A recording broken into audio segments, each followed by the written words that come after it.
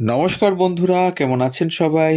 গল্প যেখানে সত্যি চ্যানেলের আরও একটি নতুন গল্পে আবারও আপনাদের সকলকে স্বাগত জানাই। তার চোখের চাহনি, মনের সঞ্চালন, ঠোঁটের কুঞ্চন, উচ্চারণ বৈশিষ্ট্য সব বিন্দু থেকে উপচে পড়ত বাঙালি মনন, সমগ্র বাঙালিয়ানার পরিসর ও ইতিহাস। প্রতিটি কায়িক ও বাচিক ব্যবহারে আমরা এই বিরাট পরিমণ্ডল ও ইতিহাসকে বহন করি, এবং কোনো ব্যবহারকে এই সমগ্র থেকে বাদ দিয়ে দেখলে তা তাৎপর্য হারাবে। পর্দায় স্বল্প সময় ও স্বল্প পরিসরে এই সমগ্রতাকে তুলে ধরার দুরূহ কাজটি তিনি করেছেন। হ্যাঁ, আজ যাকে নিয়ে গল্প, তিনি আর কেউ নন, মহানায়ক উত্তম কুমার। কারণ তার মৃত্যুদিন 24শে জুলাই, এবং তার প্রতি শ্রদ্ধার্ঘ্য জানাতে আমাদের আজকের গল্প মহানায়ক উত্তম কুমারের জীবনের অন্য আরো অনেক দিক রয়েছে যেগুলো হয়তো অনেকের অজানা, তাই সেই দিকগুলোকে তুলে ধরার জন্য আমাদের আজকের গল্প। বাংলা উচ্চারণে দাঁত চেপে বা ঠোঁট সরু করে ইচ্ছাকৃত ইংরেজি টানে মুখের উদাত্ত প্রসারণের পরীক্ষা নিরীক্ষা করতেন তিনি। নায়কে ফোন সংলাপে বলো শব্দটি খাদে নেমে যায়। না এলে খুশি হবতে তালবেশ্বয় হ্রস্বীর উপর জোর পড়ে। অপভ্রংশের ঐচ্ছিক প্রয়োগজাত রসবোধের অনুবাদ হয় না, হয়তো সমান্তরাল একটা প্রয়োগ উদ্ভাবন চলে। সেই মাত্রার সংশ্লেষণ আনতে হিন্দি ভাষা ও সংস্কৃততে অনেক গভীর শিকড় চাই।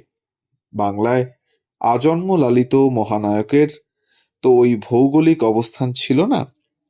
দুই পুরুষে নুটু মুক্তারের কথা জড়িয়ে গেলে কোনো স্বরবর্ণ এবং কোনো ব্যঞ্জনবর্ণের কতটা বিকৃতি, জিভ ও মুখে কতটা শৈথিল্য প্রয়োজন, তাও অনুবাদযোগ্য নয়।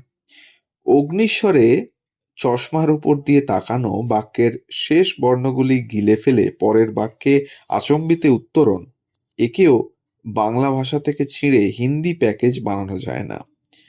24শে জুলাই তার মৃত্যুর 46 বছর, এখনো টেলিভিশনের পর্দায় সুর বাঁধে হারানো সুর। নায়কের অভিনয় দেখে সম্ভ্রম জাগে। উত্তম কুমারের মৃত্যুর পর 4 দশক পার হয়ে গিয়েছে, কিন্তু বাঙালি ভুলতে পারেনি তাকে। এখনো বাঙালির কাছে সেরা অভিনেতা তিনি। 3রা সেপ্টেম্বর 1926 বাংলার বুকে জন্ম হলো সেই নক্ষত্রের, সেই মহামানবের। প্রথম জীবনে সংসারে প্রবল অনটনের মধ্যে বড় হয়েছিলেন তিনি, তাই পড়াশোনা শেষ করবার আগেই উপার্জনের রাস্তায় পা বাড়াতে হয়েছিল। ইন্ডাস্ট্রি তখনও পায়নি মহানায়ককে। সংসারের প্রয়োজনে তিনি তখন কলকাতা পোর্ট ট্রাস্টে কেরানির চাকরি পান, এবং কেরানির কাজের মধ্যেই আহিরি টোলায় নিজেদের থিয়েটার গ্রুপ সুহৃদ সমাজ এ নিয়মিত অভিনয় শুরু করেন তিনি। থিয়েটার করতে করতেই স্টুডিও পাড়ায় ডাক এলো একদিন। 1948-এর ছবি দৃষ্টিদানী তার অভিনীত প্রথম ছবি, কিন্তু শিঁকে ছিড়ল না একেবারেই, বরং তকমা জুটল ফ্লপ মাস্টারের। একসময় স্টুডিও পাড়ায় ওই নামেই তাকে চিনতেন সবাই। 1948 থেকে 1952 সাল পর্যন্ত একের পর এক সিনেমা করলেও কোনোটাই সফল হয়নি। 1953-তে কামব্যাক 74.5 দিয়ে। যুগলবন্দি ঘরানার অন্যতম উদাহরণ সত্যজিৎ রায় এবং উত্তম কুমার।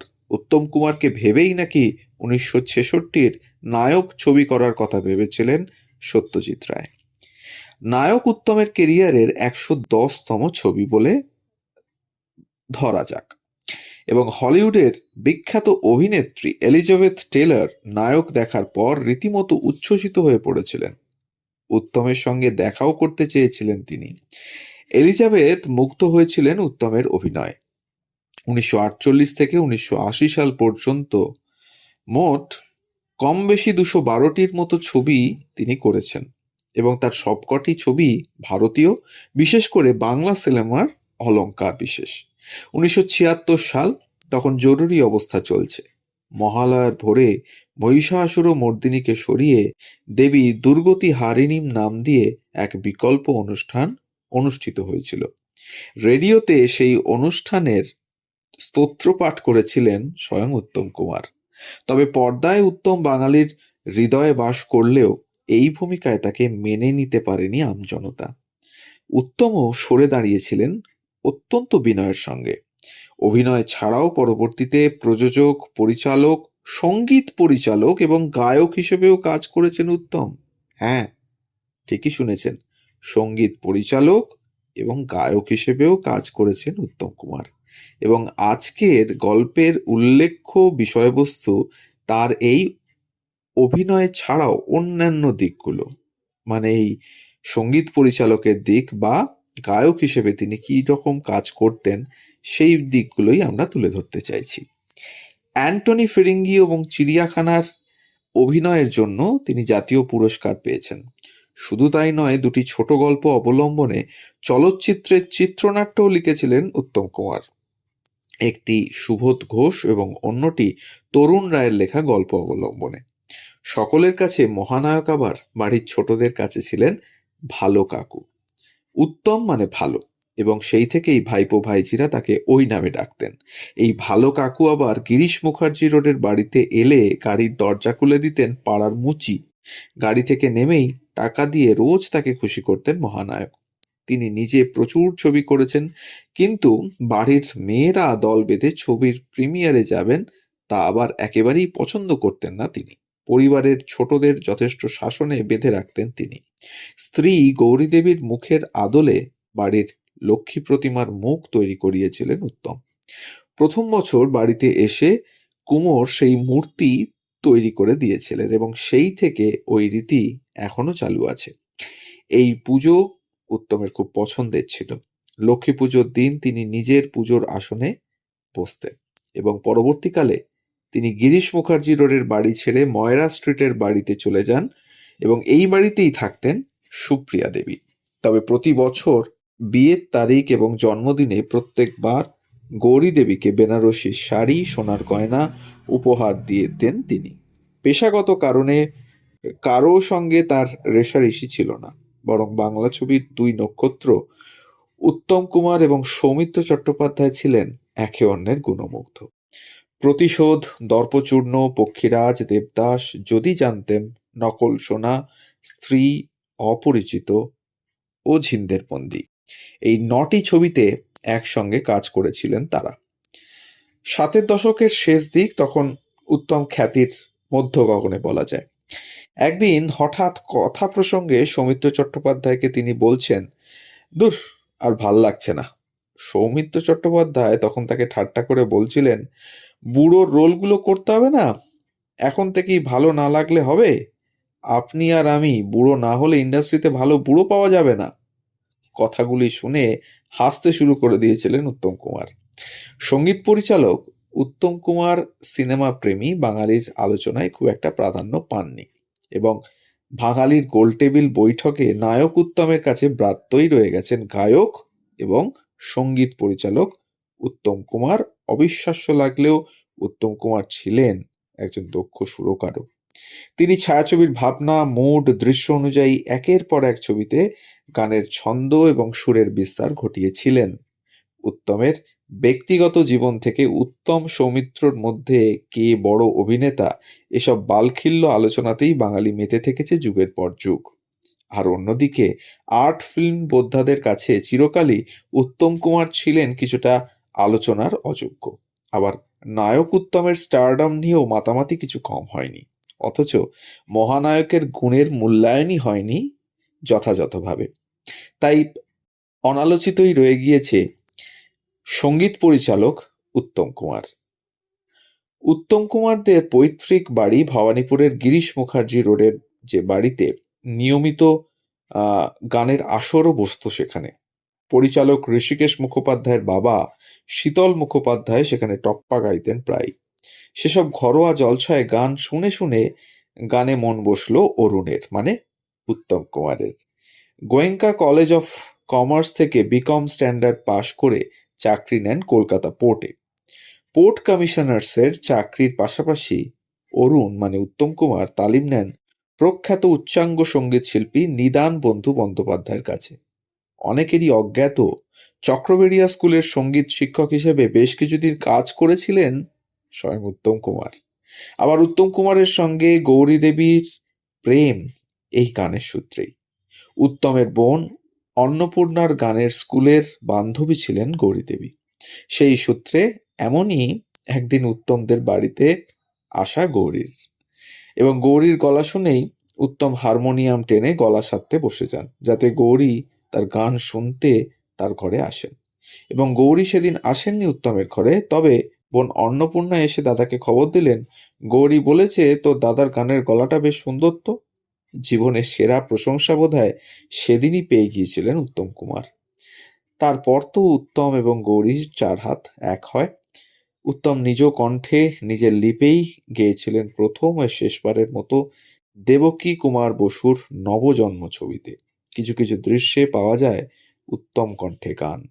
একটা সময় তো ঘরোয়া জলসা থেকে পয়লা বৈশাখে বসুশ্রীর সিনেমার জলসাতে উত্তমের গান ছিল প্রধান আকর্ষণ। আরেকবার রবীন্দ্র সদনে উত্তম সুচিত্রা ডুয়েট গেয়েছেন লাইভ হেমন্ত মুখোপাধ্যায়ের তত্ত্বাবধানে। এই মোম জোছনায় অঙ্গ ভিজিয়ে গান আমরা আরতি মুখোপাধ্যায়ের আইকনিক গান হিসেবেই জানি। অথচ এই গান বহু আগেই উত্তম কুমার নিজ কণ্ঠে গেয়েছিলেন ঘরোয়া জলসায়। সেটাই রেকর্ডিং করে রাখেন মেগাফোনের কর্ণধার কমল ঘোষ, এবং সেটাকেই পরে রেকর্ড রূপে প্রকাশ করেন তিনি। নচিকেতা ঘোষ প্রথমে উত্তমকে দিয়েই গাওয়ান এই কালোজয়ী গান। আরতি যখন গাইলেন তখন গায়কিতে কিছুটা পরিবর্তন এনেছিলেন সুরকার নচিকেতা ঘোষের নির্দেশে, কিন্তু উত্তম কণ্ঠে এই মোম জোছনায় শুনলে বোঝা যায় গায়ক ও সঙ্গীতপ্রেমী হিসেবে উত্তম কুমার কতটা প্রতিভাবান ছিলেন। 1966 সাল উত্তম কুমারের কেরিয়ারের উল্লেখযোগ্য। আবার দর্শক শ্রোতারাও পেল দুই রূপে নতুন উত্তমকে। পরিচালক উত্তম কুমার এবং সুরকার উত্তম কুমার, সঙ্গে নায়ক হিসেবে উত্তম তো ছিলেনই সেসব ছবিতে। 1966 সালে মুক্তি পায় উত্তম কুমার পরিচালিত উত্তম সুপ্রিয়া জুটির ছবি শুধু একটি বছর। আবার 1966 সালেই মুক্তি পায় কাল তুমি আলেয়া, যাতে নায়ক সহ সুরকার হলেন উত্তম কুমার। চিত্রমের ব্যানারে মুক্তি পায় শচীন মুখার্জি পরিচালিত কাল তুমি আলেয়া। আশুতোষ মুখোপাধ্যায়ের উপন্যাস কাল তুমি আলেয়ার চিত্রনাট্য লেখেন লেখক নিজেই। এতে ধীরাপদ চক্রবর্তীর ভূমিকায় অভিনয় করেন উত্তম। সঙ্গে ছিলেন সাবিত্রী চট্টোপাধ্যায়, তার ক্যারেক্টার ছিল সোনা বৌদি, এবং সুপ্রিয়া দেবী, তার ক্যারেক্টার ছিল ডক্টর লাবণ্য সরকার। নিজের অভিনীত এই 112তম ছবিতে গীতিকার পুলক বন্দ্যোপাধ্যায়ের সঙ্গে প্রথম জুটি করেন সুরকার উত্তম। উত্তমের সুরে হেমন্ত মুখোপাধ্যায়ের সুকণ্ঠে আমি যাই চলে যাই গানটি আজও মনকে নাড়িয়ে দেয়, যেটার সুর শুনে উচ্চ কণ্ঠে প্রশংসা করেন হেমন্ত মুখোপাধ্যায় স্বয়ং। তিনি যে একজন সঙ্গীত বোদ্ধা এবং সঙ্গীত সুরকার ছিলেন এবং নিজে একজন ভালো গায়ক ছিলেন, তার পরিচয় আমরা দেয়া নেয়া ছবিতেও পাই। তার যে কটা গানের দৃশ্য মাইক্রোফোন ব্যবহারের দৃশ্যে আমরা দেখতে পাই, তিনি যখন খুব চড়ার গানটি গাইছেন, দিকটা গাইছেন, তখন তিনি মাইক্রোফোন থেকে মুখটা কিছুটা অ্যাওয়ে করে নেন, দূরে সরিয়ে নিয়ে যান। কিন্তু যখন তিনি খুব কোমল সুরগুলো লাগাচ্ছেন, তখন কিন্তু আবার সামনে মাইক্রোফোনের কাছে মুখটা নিয়ে চলে আসেন। হয়তো তিনি নিজে বিভিন্ন জলসায় গান গাইতেন এবং তার সেই অভিজ্ঞতাটা ছিল বলেই তাই তিনি এত নিখুঁতভাবে এই গানের দৃশ্যে অভিনয়টা করতে পেরেছিলেন। আমাদের অন্তত তাই মনে হয়। মহানায়কের আর বুড়ো হয়ে ওঠাও হয়নি, কারণ মাত্র 53 বছর বয়সে ওগো সুন্দরীর ছবির শুটিং চলাকালীনই তার স্ট্রোক হয় এবং বেলভিউ হাসপাতালে চিকিৎসাধীন ছিলেন বেশ কিছুদিন, এবং চিকিৎসকদের প্রাণপণ চেষ্টার পরও তাকে বাঁচানো সম্ভব হয়নি। 1980 সালের 24শে জুলাই রাতে তার মৃত্যু হয় এবং বাংলা ফিল্ম ইন্ডাস্ট্রি হারায় সে যুগের মহানায়ককে। হয়তো তারপরেও অনেককে নায়ক এবং অতিনায়ক হিসেবে আমরা শুনতে পাই, বা মহানায়ক, মহাগুরু অনেক নামে শুনতে পাই, কিন্তু মহানায়ক বোধহয় এখনো আইকনিক উত্তম কুমারই রয়ে গেছেন। তারপরে আর সেভাবে কেউ এখনো হয়তো সেই জায়গাটা মিসিং। হয়তো ভবিষ্যতে তার জায়গাও কেউ নিয়ে নেবেন, দেখা যাক। তো বন্ধুরা, এটুকুই থাকলো আজকের জন্য আপনাদের সামনে। যদি আমাদের গল্প আপনাদের এতটুকু মন ছুঁয়ে থাকে, তাহলে অবশ্যই চ্যানেলে নতুন হলে একটু সাবস্ক্রাইব করে পাশে থাকবেন। বেল আইকনটিকে প্রেস করতে ভুলবেন না, যাতে পরবর্তী গল্প খুব তাড়াতাড়ি আপনাদের কাছে পৌঁছে যেতে পারে তার জন্য। আর যদি ভালো লাগে তাহলে একটা লাইক, কমেন্ট আর একটু শেয়ার করে দেবেন আমাদের গল্পগুলো, যাতে আমরা আমাদের গল্পগুলো নিয়ে পৌঁছে যেতে পারি আরও অনেক মানুষের কাছে। সবাই ভালো থাকুন, সুস্থ থাকুন আর শুনতে থাকুন গল্প যেখানে সত্যি। ধন্যবাদ।